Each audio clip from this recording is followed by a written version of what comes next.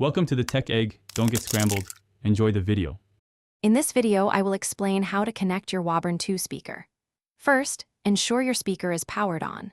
To connect wirelessly, simply press and hold the source button on the top panel for about 2 seconds until the Bluetooth indicator light begins to blink.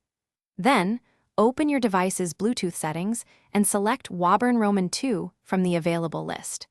Your speaker can connect to 2 Bluetooth devices simultaneously, offering versatile listening options. For a wired connection, the Woburn 2 offers both AUX and RCA inputs. You can connect devices using a 3.5mm stereo jack cable to the AUX input found on the top of the speaker.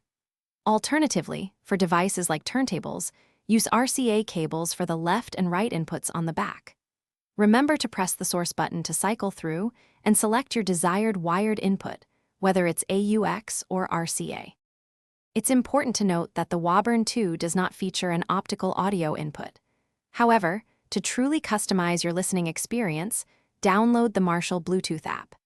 This free application allows you to fine-tune the equalizer, adjusting bass and treble levels precisely.